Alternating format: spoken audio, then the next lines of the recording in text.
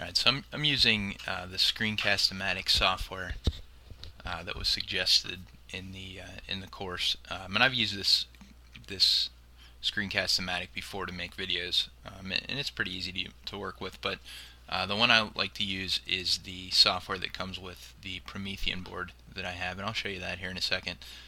But I wanted to show you the two things that you need other than some kind of screen recording software to make this work.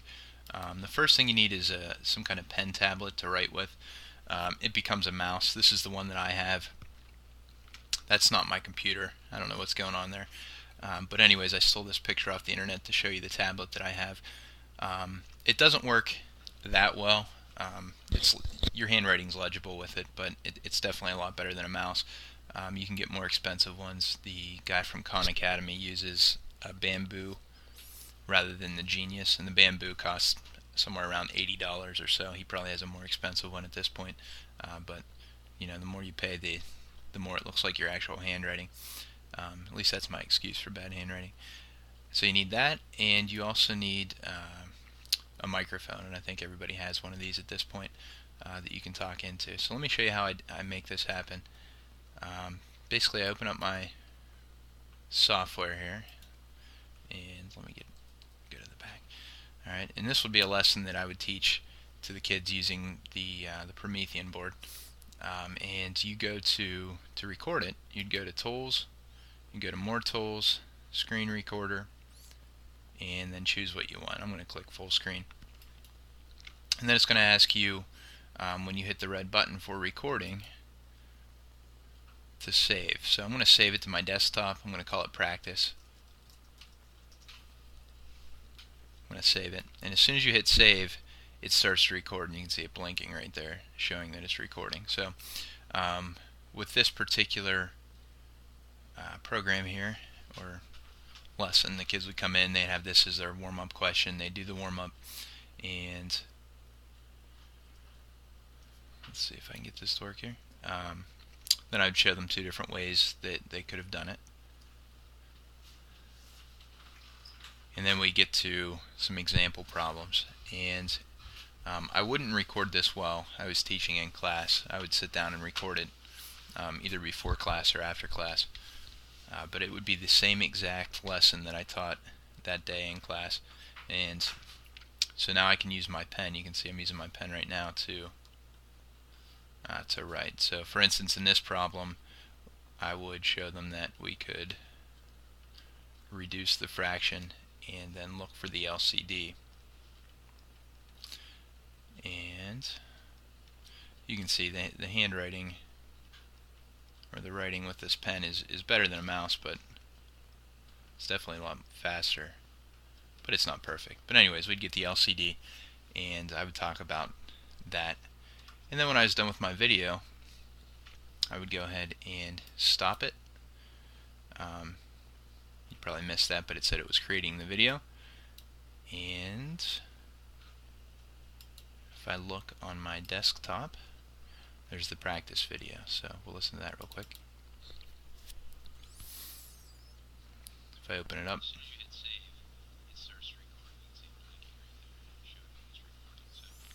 so that's what I just recorded, and you can see the quality is pretty good.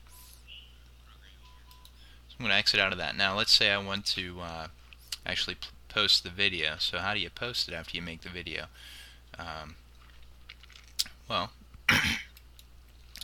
you're going to go back into your Google Chrome or whatever browser you're using. You're going to go to YouTube, and you're going to log in as yourself. You can see that there I am, 208 Mr. Long. I've already logged in. And you're going to go to Upload. So I'm going to click on Upload. And you can choose whether you want it to be public, unlisted, or private. I'm just going to let it be public. A lot of times I do unlisted. That way only people with the link can see it. I'm going to go click on Select Files to Upload. And those are my lesson plans. So let's hit Desktop.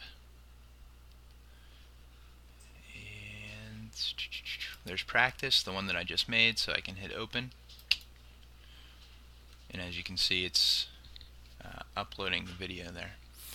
Alright, so it says it's processing. Your video is going to be live here It's going to take a while, and you can fill in all this information if you want. Title, description, you can put some tags in there, whatever you want to do. So basically what I do at this point is I click on the link, and it's not going to be active because it's still processing, and it tells you that. But I normally highlight the link, and I hit Control C to copy it, and then from here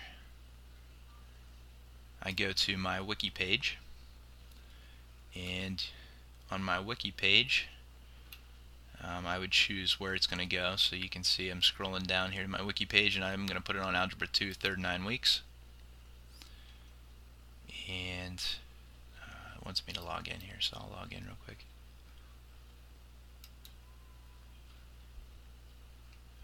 Alright, so anyhow, kicked me back out. So I'm going to go to Algebra 2 third 9 weeks, and you can see I have this setup here where I kind of use a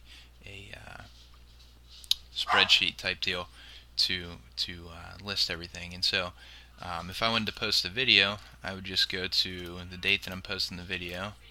We're going to pretend that this is the 21st, and oops, I have to hit edit.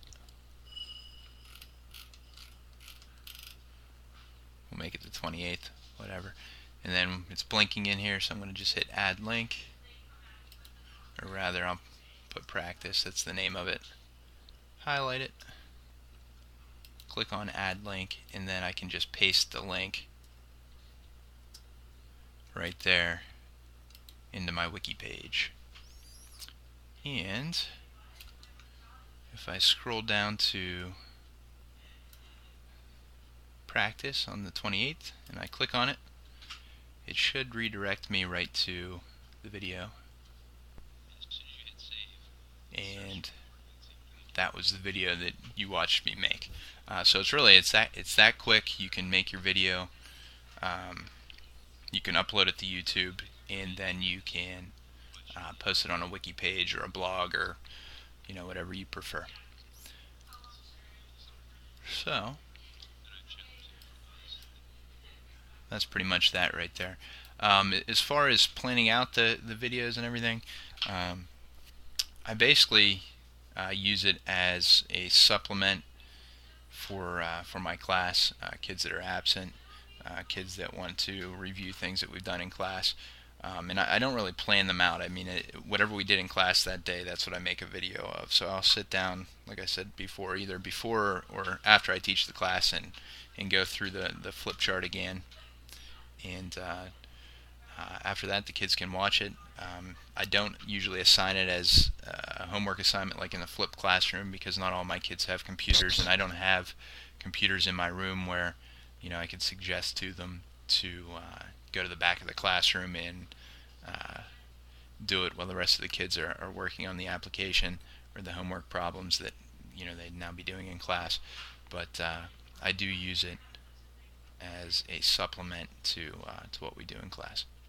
So hopefully that is helpful, and that's that.